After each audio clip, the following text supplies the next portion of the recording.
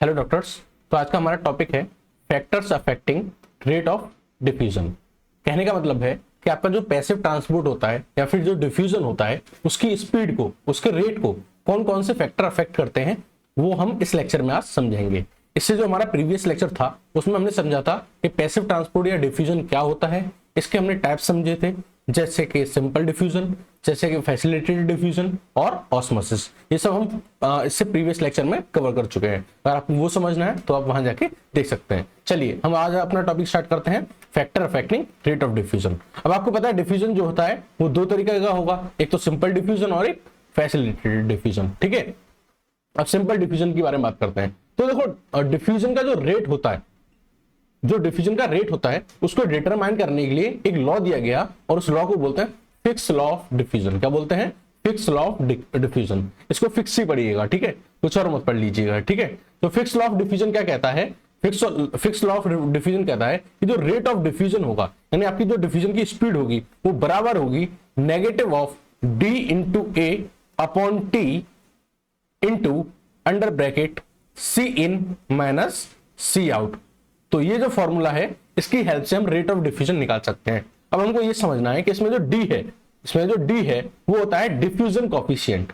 Diffusion coefficient ये एक तरह का कांस्टेंट होता है। ये एक तरह का क्या होता है? एक कांस्टेंट होता है और ये डिपेंड करता है किस पे, कि कौन सा मेटेरियल डिफ्यूज हो रहा है, ठीक है, और किस मेम्ब्रेन के थ्रू हो रहा है, उन सारी चीजों पे ये डिपेंड करेगा। तो यहाँ डी जो होता है वो डिफ्यूजन कोएफिशिएंट होता है।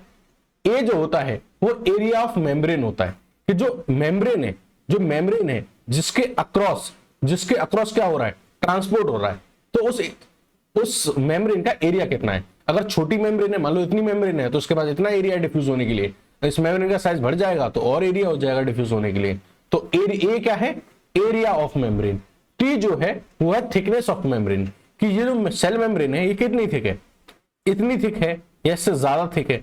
अब जो जितनी ज्यादा थिकनेस होगी उतना ज्यादा टाइम लगेगा, उतना ज्यादा टाइम लगेगा डिफ्यूज होने में, और स्पीड उतनी क्या हो जाएगी? कम हो जाएगी। तो जो टी है वो क्या है? थिकनेस ऑफ द मेम्ब्रेन है। अब सी इन और सी आउट क्या है? सी इन है कि मान लीजिए ये कोई सेल मेम्ब्रेन है, ये कोई सेल मेम्ब्रेन है और ये कोई सेल है, ठीक है, ये सेल है और ये सेल मेम्ब्रेन है, ठीक है। अब ये इनसाइड है और ये आउटसाइड है। तो कोई भी फ्लूइड जो होता है, कोई भी जो फ्लूइड होता है अगर सेल के बाहर है तो उसको हम बोलते हैं एक्स्ट्रा सेलुलर फ्लूइड, और अंदर है तो हम उसको बोलते हैं इंट्रासेलुलर फ्लूइड। तो इस इंट्रासेलुलर फ्लूइड की कंसंट्रेशन जो होती है वो होती है सी इन, और इस एक्स्ट्रा सेलुलर फ्लूइड की जो कंसंट्रेशन होती है वो होती है सी आउट। तो सी इन जो होती है वो होती है कंसंट्रेशन इनसाइड द मेम्ब्रेन, और सी आउट क्या होती है? Concentration outside the membrane. यहां जो नेगेटिव साइन है वो ये इंडिकेट कर रहा है कि जो मेटेरियल है वो डाउन द ग्रेडियंट जा रहा है। क्या जा रहा है? डाउन द ग्रेडियंट जा रहा है। डाउन द ग्रेडियंट कहने का मतलब है वो अपनी हाई कंसंट्रेशन से लो कंसंट्रेशन की तरफ मूव कर रहा है। इतनी बात समझ में आ गई आपको? तो ये था फिक्स लॉ ऑफ डिफ्यूजन। अब कुछ और फैक्टर्स के ऊपर डिस्कशन कर लेते हैं जो डिटरमाइन करते हैं रेट ऑफ डिफ्यूजन को, ठीक है। तो रेट ऑफ डिफ्यूजन को डिटरमाइन करने वाले कुछ और फैक्टर्स समझ लेते हैं। पहला लेते हैं हम टेम्परेचर। तो टेम्परेचर पर रेट ऑफ डिफ्यूजन डिपेंड करता है। अब देखो, मैंने आपको जब डिफ्यूजन पढ़ाया था तो एक बहुत इंपॉर्टेंट बात बताई थी कि डिफ्यूजन के लिए कोई भी एक्सटर्नल एनर्जी की जरूरत नहीं पड़ती, कोई भी एक्सटर्नल एनर्जी हमको देनी नहीं पड़ती, यानी हम कोई भी एनर्जी एटीपी की फॉर्म में नहीं लेते सॉरी। तो बिना एनर्जी के तो कोई काम होता नहीं है। तो ये डिफ्यूजन परफॉर्म कैसे होता है? तो मैंने आपको बताया था कि जो डिफ्यूजन होता है वो जो सब्सटेंस डिफ्यूज हो रहा है, वो सब्सटेंस जो डिफ्यूज हो रहा है, जिस सब्सटेंस का डिफ्यूजन हो रहा है उसकी सेल्फ, उसकी खुद की काइनेटिक एनर्जी की हेल्प से ये डिफ्यूजन परफॉर्म होता है। अब ये जो सेल्फ काइनेटिक एनर्जी है इस सब्सटेंस की, ये किस पे डिपेंड करती है? टेम्परेचर पे। टेम्परेचर ज्यादा होगा तो काइनेटिक एनर्जी ज्यादा होगी, और काइनेटिक एनर्जी ज्यादा होगी तो डिफ्यूजन ज्यादा होगा। इतनी बात समझ में आ गई आपको? इतनी बात समझ में आ गई आपको? चलिए आगे बढ़ते हैं। अब बात करते हैं साइज ऑफ ग्रेडियंट पे। देखो मैंने आपको बताया कि जो डिफ्यूजन होता है वो किसी भी सब्सटेंस की हाई कंसंट्रेशन से उसकी लो कंसंट्रेशन की तरफ मूवमेंट। अब देखो इस दोनों में डिफरेंस होगा। मान लीजिए एक बार ये 10 है और एक बार ये 7 है, तो डिफरेंस यहां क्या है? 3 का। एक बार मान लीजिए 10 है और ये 5 है, ठीक है, यहां डिफरेंस 5 का है। और एक बार मान लीजिए 10 है और एक बार ये 2 है, तो यहां डिफरेंस 8 का है। तो मैं अगर रेट ऑफ डिफ्यूजन देखूं तो वो इस जगह रेट ऑफ डिफ्यूजन ज्यादा होगा। यानी कंसंट्रेशन में डिफरेंस ज्यादा, जितना ज्यादा होगा रेट ऑफ डिफ्यूजन भी उतना ही ज्यादा होगा। बात समझ में आ गई? बात समझ में आ गई। चलो तीसरा डिपेंड करेगा मॉलिक्यूलर साइज पे। किस पे? मॉलिक्यूलर साइज पे। अब देखो आपको पता है कि जो मास होता है वो इनवर्सली प्रोपोर्शनल टू होता है एक्सीलरेशन। जिस चीज का मास ज्यादा होगा उसका एक्सेलरेशन कम होगा। तो जो मोटी चीज होगी या हैवी चीज होगी वो कम भाग पाएगी, और जो छोटी चीजें होंगी वो ज्यादा जल्दी भाग पाएंगी। तो जितना साइज मॉलिक्यूल का कम होगा, जितना उसका साइज कम होगा, जितना उसका मास कम होगा, उसकी मूवमेंट उतनी क्या होगी? ज्यादा होगी। तो उसका रेट ऑफ डिफ्यूजन उतना क्या होगा? ज्यादा होगा। नेक्स्ट हम बात करते हैं लिपिड की सॉल्युबिलिटी पे। अब देखो होता क्या है, आप अपनी अगर सेल मेम्ब्रेन के बारे में जानते हो तो सेल मेम्ब्रेन जो होती है, मान लीजिए ये सेल मेम्ब्रेन है, और इस सेल मेम्ब्रेन में ट्रांसपोर्टेशन करने के लिए दो इंपॉर्टेंट चीजें होती हैं। एक होता है लिपिड और एक होता है प्रोटीन। आपकी सेल मेम्ब्रेन मेनली लिपिड से मिलकर बनी हुई है। तो लिपिड का कंपोनेंट इस सेल मेम्ब्रेन के स्केलेटन में, पूरी सेल मेम्ब्रेन की बात नहीं कर रहा हूं, स्केलेटन में, अगर सेल मेम्ब्रेन के स्केलेटन में बात की जाए तो लिपिड का मेन कंपोनेंट होता है। लिपिड क्या होता है? मेन कंपोनेंट होता है। तो जितनी लिपिड सॉल्युबल चीजें होती हैं वो इस लिपिड वाले पार्ट के थ्रू चली जाती हैं, और जितनी चीजें लिपिड इनसॉल्युबल होती हैं वो इस प्रोटीन वाले पार्ट के थ्रू चली जाती हैं। यानी कहने का मतलब ये है कि सेल मेम्ब्रेन में जो लिपिड वाला पार्ट होता है वो चीफ पार्ट होता है। जो फॉस्फोलिपिड बाइलेयर होती है वो चीफ कंपोनेंट होती है, क्योंकि वही स्केलेटल फ्रेम बनाती है। अब जो लिपिड सॉल्युबल चीजें हैं वो तो इस लिपिड के थ्रू चली जाएंगी, और जो लिपिड इनसॉल्युबल चीजें हैं वो इन प्रोटीन्स के थ्रू जाएंगी। और जो मूवमेंट होती है वो इस लिपिड लेयर के थ्रू जो होती है वो फास्ट होती है, और प्रोटीन चैनल से काम करते हैं तो उनके थ्रू मूवमेंट होती है वो स्लो होती है। तो रेट ऑफ डिफ्यूजन डिपेंड करेगा कि कोई जो आपका सबस्टेंस है उसकी लिपिड में सॉल्युबिलिटी है कि नहीं। अगर लिपिड में सॉल्युबिलिटी होगी तो इजिली डिफ्यूज हो जाएगा और रेट ऑफ डिफ्यूजन क्या होगा? ज्यादा होगा। बात समझ में आ गई?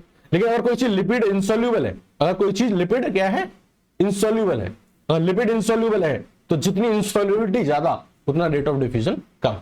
तो rate of diffusion lipid solubility के डायरेक्टली प्रोपोर्शनल है और लिपिड इंसॉल्युबिलिटी के इनडायरेक्टली प्रोपोर्शनल है। बात समझ में आ गई? चलो अब बात करते हैं सरफेस एरिया का। तो इसके बारे में तो मैंने आपको बताया था कि जितना ज्यादा सरफेस एरिया होगा, जितनी ज्यादा बड़ी आपकी सेल मेम्ब्रेन होगी, रेट ऑफ डिफ्यूजन उतना ही क्या होगा? ज्यादा होगा, क्योंकि सब्सटेंस को ज्यादा एरिया मिलेगा। एक बार मान लीजिए आपकी इतनी सेल मेम्ब्रेन है, एक बार आपकी इतनी सेल मेम्ब्रेन है, तो जितनी बड़ी मेम्ब्रेन होगी उतना ज्यादा एरिया मिलेगा डिफ्यूज होने के लिए। तो यहाँ एरिया ज्यादा है तो यहाँ ज्यादा चांसेस मिलेंगे डिफ्यूज होने के लिए। इतनी बात समझ में आ गई आपको? अब बात करेंगे डिस्टेंस पे। अब देखो जितना दूर जाना होगा उतना ही, अगर मान लो मैं आपसे कहूंगा आपको 1 किलोमीटर जाना है, आप चल लेंगे आराम से, और मैं आपको कहूंगा आपको 10 किलोमीटर जाना है, ठीक है? तो जब आप 10 किलोमीटर जाएंगे तो आपकी स्पीड जो होती होगी वो धीरे धीरे क्या हो जाएगी? डाउन होती चली जाएगी। तो जितना ज्यादा डिस्टेंस होता है रेट ऑफ डिफ्यूजन उतना ही क्या हो जाता है? कम हो जाता है। अब बात करेंगे परमेबिलिटी ऑफ सेल मेम्ब्रेन के ऊपर। जो भी सब्सटेंस डिफ्यूज हो रहा है उसकी सेल मेम्ब्रेन के थ्रू परमेबिलिटी है कि नहीं, सेल मेम्ब्रेन उसको ट्रांसपोर्ट करने दे रही है कि नहीं, और दे रही है तो कितनी स्पीड से दे रही है, इस बात पे भी रेट ऑफ डिफ्यूजन डिपेंड करता है। जैसे अभी हमने इसका एक एग्जांपल थोड़ी देर पहले लिया था कि अगर लिपिड सॉल्युबल कोई चीज है तो उसकी परमेबिलिटी ज्यादा है, और कोई चीज लिपिड इनसॉल्युबल है तो उसकी परमेबिलिटी कम है। तो परमेबिलिटी ऑफ सेल मेम्ब्रेन पे भी डिपेंड करेगा कि जो चीज डिफ्यूज हो रही है, जो चीज डिफ्यूज हो रही है, और मान लीजिए डिफ्यूजन में सेल मेम्ब्रेन का यूज हो रहा है, तो सेल मेम्ब्रेन उस चीज को डिफ्यूज करने दे रही है कि नहीं दे रही है, और कितनी स्पीड से डिफ्यूज करने दे रही है। सेल मेम्ब्रेन ऐसा नहीं है कि सारे सब्सटेंसेस को एक ही स्पीड से डिफ्यूज करने देती है। अगर वाटर है उसका रेट ऑफ डिफ्यूजन अलग है, कोई आयन है सोडियम पोटेशियम तो उनका रेट ऑफ डिफ्यूजन अलग है। बात समझ में आ गई? तो परमेबिलिटी ऑफ सेल मेम्ब्रेन पे भी डिपेंड करेगा, थिकनेस ऑफ सेल मेम्ब्रेन पे भी डिपेंड करेगा जो मैं आपको पहले बता चुका हूं, और चार्ज ऑफ आयन पे भी डिपेंड करेगा। जितना ज्यादा चार्ज होगा रेट ऑफ डिफ्यूजन उतना ही कम होगा। ठीक है, तो ये हमने बेसिकली डिस्कस किया था किसके बारे में? डिफ्यूजन को जो जनरल फैक्टर्स अफेक्ट करते हैं उसके बारे में। ठीक है, अब हम फैसिलिटेटेड डिफ्यूजन को लेके भी एक बात कर लेते हैं। मैंने आपको बताया था कि जो सिंपल डिफ्यूजन है उसमें जो ट्रांसपोर्ट प्रोटीन है वो यूज हो भी सकती है, और ट्रांसपोर्ट प्रोटीन जो है वो यूज नहीं भी हो सकती है, यानी कंपलसरी नहीं है। यानी इस केस में क्या है? कंपलसरी या ऑब्लिगेटरी नहीं है। ट्रांसपोर्ट प्रोटीन अगर यूज हो रही है तो वो चैनल प्रोटीन है। वो कौन सी प्रोटीन है? चैनल प्रोटीन है, और जो एक तरह से टनल की तरह काम करती है। किसकी तरह? टनल की तरह। इस तरीके से खुली रहेंगी, मटेरियल आराम से ट्रांसपोर्ट होता रहेगा। ठीक है, ट्रांसपोर्ट होता रहेगा। लेकिन मैंने आपको बताया था कि जो फैसिलिटेटेड डिफ्यूजन है इसमें ट्रांसपोर्ट प्रोटीन का होना ही मांगता है। ट्रांसपोर्ट प्रोटीन होनी चाहिए, और जो ट्रांसपोर्ट प्रोटीन यहां प्रेजेंट होती हैं वो एक्चुअली में कैरियर प्रोटीन होती हैं, कैरियर प्रोटीन होती हैं। और ये कैरियर प्रोटीन ऐसा नहीं है कि टनल की तरह होती हैं, इनका एक मैकेनिज्म होता है, ये बिल्कुल इस तरीके से होती है। मान लीजिए कोई भी सब्सटेंस को अगर ट्रांसपोर्ट होना है तो मान लीजिए ये इनका एक पहला ऊपर वाला गेट है, ये इनका एक नीचे वाला गेट है। कोई भी सब्सटेंस अगर ट्रांसपोर्ट होना है तो पहले ये अपना मुंह खोलेंगी, जिस सब्सटेंस को ट्रांसपोर्ट होना है वो इनके बीच में आएगा, फिर ये ऊपर वाला गेट बंद करेंगी, फिर नीचे वाला गेट खोलेंगी, फिर वो सब्सटेंस नीचे जाएगा। अब इस तरीके से मैकेनिज्म होगा तो टाइम तो लगेगा ही, टाइम तो लगेगा ही। तो ये थोड़ा स्लो प्रोसेस हो जाता है। कैसा प्रोसेस हो जाता है? स्लो प्रोसेस हो जाता है as compared to simple diffusion. बात समझ में आ गई। और दूसरी बात ये है कि यहां पे जो प्रोटीन चैनल्स है वो बहुत बड़ा रोल प्ले करते हैं। मान लीजिए कि इसको एक एग्जांपल से समझाएं, तो एक एग्जांपल से समझाएं। देखिए सुनिए, मान लीजिए आपकी ये सेल मेम्ब्रेन थी, क्या थी? आपकी सेल मेम्ब्रेन थी, और इसमें मान लीजिए ये 5 कैरियर प्रोटीन है, 1 2 3 4 एंड 5, ये 5 कैरियर प्रोटीन है। अब देखो ये क्या करेंगे, मान लीजिए यहां से इनको ट्रांसपोर्ट करना है ग्लूकोज को, किसको? ग्लूकोज को ट्रांसपोर्ट करना है। तो एक बार में ये कितने ग्लूकोज को मॉलिक्यूल को ट्रांसपोर्ट कर सकती है? 5 ही मॉलिक्यूल को। मान लीजिए यहां पे 100 मॉलिक्यूल है, 100 मॉलिक्यूल है, लेकिन 100 मॉलिक्यूल एक साथ ट्रांसफर नहीं होंगे, क्योंकि आपके पास ट्रांसफर करने वाली प्रोटीन कितनी है? सिर्फ 5 है। ग्लूकोज के मॉलिक्यूल आपके पास कितने भी हो उससे फर्क नहीं पड़ता, ट्रांसपोर्ट उसको भेजने वाली प्रोटीन कितनी है आपके पास? 5 ही है। तो एक बार में अगर एक जाएगा तो एक बार में टोटल कितने जा सकते हैं? ये 5 जा सकते हैं।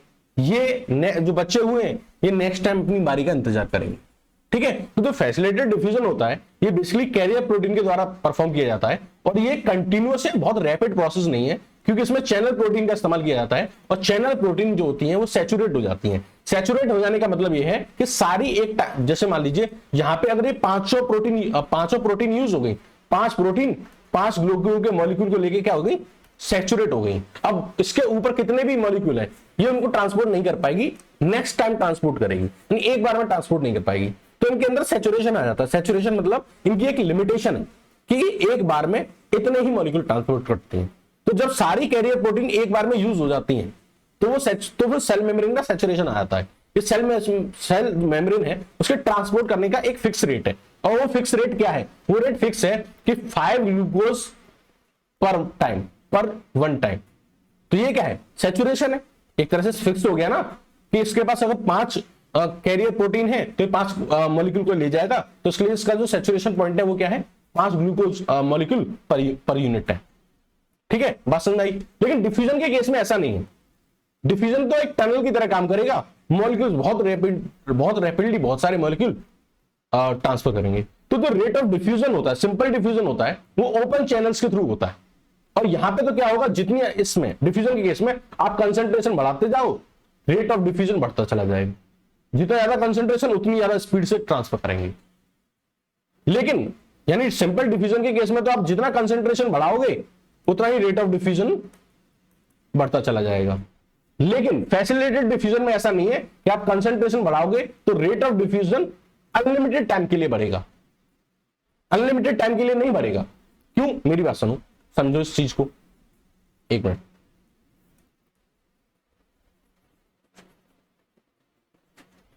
ये समझो, एक मिनट बस। मान लीजिए एक सेल मेम्ब्रेन है, ठीक है, और इसमें 10 चैनल प्रोटीन है आपकी, कितनी? 10 कैरियर प्रोटीन है। क्या है? 10 कैरियर प्रोटीन, ठीक है। पहले मैंने ये कंसंट्रेशन 5 रखी थी, ग्लूकोज 5 ग्लूकोज के मॉलिक्यूल थे, और यहां कैरियर प्रोटीन कितनी थी? 10। तो इजीली ट्रांसपोर्ट हो जाएंगे। मान लो मैंने 8 मॉलिक्यूल कर दिए ग्लूकोज के, तुरंत ट्रांसपोर्ट हो जाएंगे, यानी स्पीड बढ़ जाएगी। पहले क्या थी? 5 glucose molecule per unit time, फिर क्या होगी speed? 8 glucose per unit time. फिर मैंने 10 मॉलिक्यूल कर दिए, 10 भी ट्रांसफर हो जाएंगे क्योंकि इसके अंदर 10 कैरियर प्रोटीन है। तो अब स्पीड कितनी हो गई? 10 ग्लूकोज पर यूनिट टाइम। लेकिन मैंने मान लो आप 20 कर दी, 20 ग्लूकोज मॉलिक्यूल कर दिए, तो 20 ग्लूकोज मॉलिक्यूल क्या एक बार में ट्रांसपोर्ट होंगे? नहीं होंगे। अब भी कितने होंगे? 10 ही होंगे। कितने होंगे? 10 ही होंगे, क्योंकि कैरियर प्रोटीन हमारे पास कितनी है? 10 ही। तो अब यहां पे आगे सैचुरेशन हो गया। तो हुआ क्या? जो फैसिलिटेटेड डिफ्यूजन था पहले उसमें स्पीड बढ़ी, और फिर बढ़ने के बाद क्या हो गई? कांस्टेंट हो गई। क्या हो गई? कांस्टेंट हो गई। लेकिन सिंपल डिफ्यूजन के केस में क्या होता है? टनल की तरह होती है, डालते जाओ भेजते जाओ, डालते जाओ भेजते जाओ, जितना आप ज्यादा डालोगे उतना ज्यादा स्पीड से जाएगा। तो सिंपल डिफ्यूजन में है ये ग्राफ कि जितना आप कंसंट्रेशन बढ़ाओगे उतना ही rate of diffusion directly proportional increase होता जाएगा। लेकिन फैसिलिटेटेड डिफ्यूजन में जैसे ही आपकी सारी चैनल प्रोटीन यूज हो जाएंगी, इसका आ जाएगा सैचुरेशन। इसका क्या आ जाएगा? सैचुरेशन। तो वही बात हम आपको बताने जा रहे हैं कि रेट ऑफ सिंपल डिफ्यूजन जो होता है वो ओपन चैनल के थ्रू होता है और ये कंसंट्रेशन के प्रोपोर्शनल होता है। लेकिन जब आप फैसिलिटेटेड डिफ्यूजन की बात करते हो तो वहां पे क्या जाता है, एक सैचुरेशन आ जाता है, और सैचुरेशन तब आ जाता है जब आपकी सारी कैरियर प्रोटीन का इस्तेमाल हो जाता है। इसलिए सिंपल डिफ्यूजन जो होता है, अगर उसका ग्राफ बनाए कंसंट्रेशन और रेट ऑफ डिफ्यूजन के साथ, तो जैसे जैसे आप कंसंट्रेशन बढ़ाते चले जाओगे, जैसे जैसे आप कंसंट्रेशन बढ़ाते चले जाओगे, रेट ऑफ डिफ्यूजन बढ़ता जाएगा। ये कंसंट्रेशन बढ़ाई आपने और यहां रेट ऑफ डिफ्यूजन बढ़ता चला गया। ये जो कंसंट्रेशन थी तब ये रेट ऑफ डिफ्यूजन था, जब ये कंसंट्रेशन कर दी तो ये रेट ऑफ डिफ्यूजन था। तो आपने जैसे यहां से इधर कंसंट्रेशन बढ़ाई, वहां से यहां रेट ऑफ डिफ्यूजन भी इंक्रीज हो गया। लेकिन अगर मैं बात करूं फैसिलिटेटेड डिफ्यूजन की, किसकी? फैसिलिटेटेड डिफ्यूजन की, तो वो कंसंट्रेशन के साथ पहले तो इंक्रीज करा और फिर जाके क्या हो गया? कांस्टेंट हो गया। फिर जाके क्या हो गया? कांस्टेंट हो गया। और ये कांस्टेंट क्यों हो गया फैसिलिटेटेड डिफ्यूजन? क्योंकि सारी कैरियर प्रोटीन जो थी वो क्या हो गई? यूटिलाइज। ठीक है। और फैसिलिटेटेड डिफ्यूजन से ट्रांसपोर्ट किसका होता है? ग्लूकोज का और बहुत सारी अमीनो एसिड का। ठीक है, फैसिलिटेटेड डिफ्यूजन के थ्रू। और सिंपल डिफ्यूजन के थ्रू किसका होता है? Water, ions etcetera. ओके, तो this was all about simple diffusion and facilitated diffusion. कोई डाउट रहा हो तो आप कमेंट सेक्शन में ड्रॉप कीजिएगा। Thank you and have a nice day.